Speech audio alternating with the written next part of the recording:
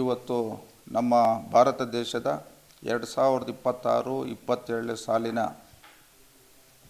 February 1ನೇ ತಾರೀಕು ಬಜೆಟನ್ನು ಈ ದೇಶದ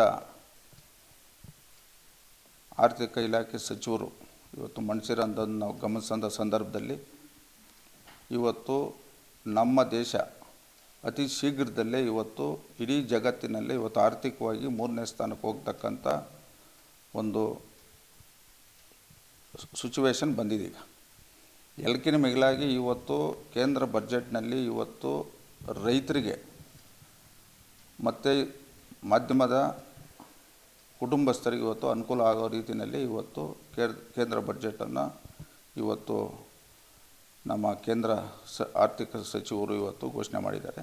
ಇವತ್ತು ನಮ್ಮ ದೇಶದಲ್ಲಿ ಈ ದೇಶದ ಪ್ರಧಾನಮಂತ್ರಿಗಳಾದಂಥ ನರೇಂದ್ರ ಮೋದಿಜಿಯವರು ಅವರ ಒಂದು 11 ವರ್ಷ ಈ ದೇಶದ ಪ್ರಧಾನಮಂತ್ರಿಯಾಗಿ ಇವತ್ತು 12ನೇ ವರ್ಷದಲ್ಲಿ ಇರೋಂಥ ಸಂದರ್ಭದಲ್ಲಿ ಇವತ್ತು ಇಡೀ ಜಗತ್ತಿನಲ್ಲಿ ಅತಿ ಹೆಚ್ಚಿನ ಜನಸಂಖ್ಯೆ ಇರ್ತಕ್ಕಂಥ ನಮ್ಮ ಭಾರತ ದೇಶವನ್ನು ಇವತ್ತು ಇಡೀ ಜಗತ್ತು ತಿರುಗಿ ನೋಡ್ತಕ್ಕಂಥ ಒಂದು ಆಡಳಿತವನ್ನು ಇವತ್ತು ಈ ದೇಶದ ಪ್ರಧಾನಮಂತ್ರಿಗಳು ಅವರ ಜೊತೆಯಲ್ಲಿರ್ತಕ್ಕಂಥ ಎಲ್ಲ ಇಲಾಖೆ ಸಚಿವ ಸಂಪುಟದಲ್ಲಿರ್ತಕ್ಕಂಥ ಸಚಿವರುಗಳು ಇವತ್ತು ಇಡೀ ಭಾರತ ದೇಶವನ್ನು ಇವತ್ತು ನಮ್ಮ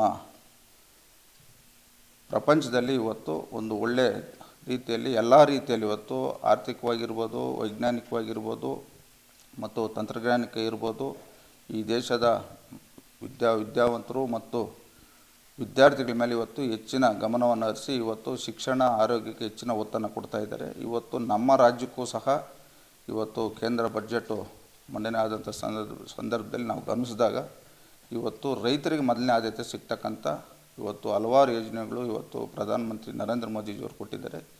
ಈ ಒಂದು ಸಂದರ್ಭದಲ್ಲಿ ನಾನು ನಮ್ಮ ಶಿಡ್ಲಘಟ್ಟ ವಿಧಾನಸಭಾ ಕ್ಷೇತ್ರದ ಮತದಾರರ ಪರವಾಗಿ ಈ ರಾಜ್ಯದ ಪರವಾಗಿ ಅವರಿಗೆ ನಾನು ಧನ್ಯವಾದಗಳನ್ನ ಹೇಳಕ್ಕೆ ಬಯಸ್ತಾಯಿದ್ದೆ.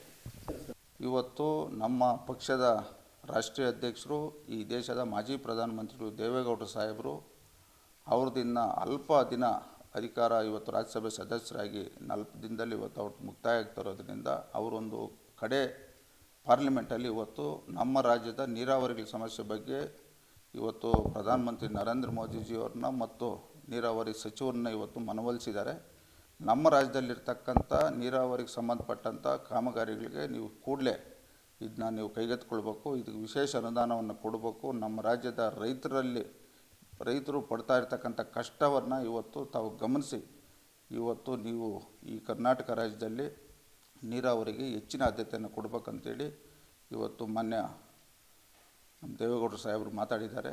ಇವತ್ತು ಅವ್ರಿಗಿರ್ತಕ್ಕಂಥ ರೈತರ ಬಗ್ಗೆ ಕಾಳಜಿಯನ್ನು ಇವತ್ತು 93 ವಯಸ್ಸಿನಲ್ಲಿ ಇವತ್ತು ಸದನದಲ್ಲಿ ಮಾತಾಡ್ತಾ ಇದ್ದಾರೆ. ಅಂದರೆ ಇದಕ್ಕೆ ಪ್ರತಿಯೊಬ್ಬರ ರೈತರು ನಮ್ಮ ಕರ್ನಾಟಕ ರಾಜ್ಯದಲ್ಲಿ ಇದಕ್ಕೆ ಹೆಮ್ಮೆಯನ್ನು ಪಡ್ತೀರಂತ ನಾನು ಈ ಸಂದರ್ಭದಲ್ಲಿ ಅವರ ಒಬ್ಬ ಜೊತೆಯಲ್ಲಿ ಅವರ ಒಂದು ಆದರ್ಶಗಳನ್ನ ಅಳವಡಿಸ್ಕೊಂಡು ಈ ಕ್ಷೇತ್ರದಲ್ಲಿ ನಾನು ಶಾಸಕನಾಗಿದ್ದೀನಿ. ಇವತ್ತು ನಮಗೆಲ್ಲ ಒಂದು ಹೆಮ್ಮೆ ತರ್ತಕ್ಕಂಥ ವಿಚಾರ ಇವತ್ತು ಮಾನ್ಯ ದೇವೇಗೌಡರು ಸಾಹೇಬರು ಮಾಡಿದ್ದಾರೆ. ಒಟ್ಟಾರೆ ಇವತ್ತು ದೇವೇಗೌಡರು ಸಾಹೇಬರು ಇವತ್ತು ಕೇಂದ್ರ ಸರ್ಕಾರದ ಮುಂದೆ ಪ್ರಧಾನಮಂತ್ರಿಗಳ ಮುಂದೆ ಅವರು ಯಾವುದೇ ಒಂದು ನಮ್ಮ ರಾಜ್ಯದ ಸಮಸ್ಯೆಗಳನ್ನಿಟ್ಟಾಗ ಅದಕ್ಕೆ ಪರಿಹಾರ ಸಿಗ್ತದೆ.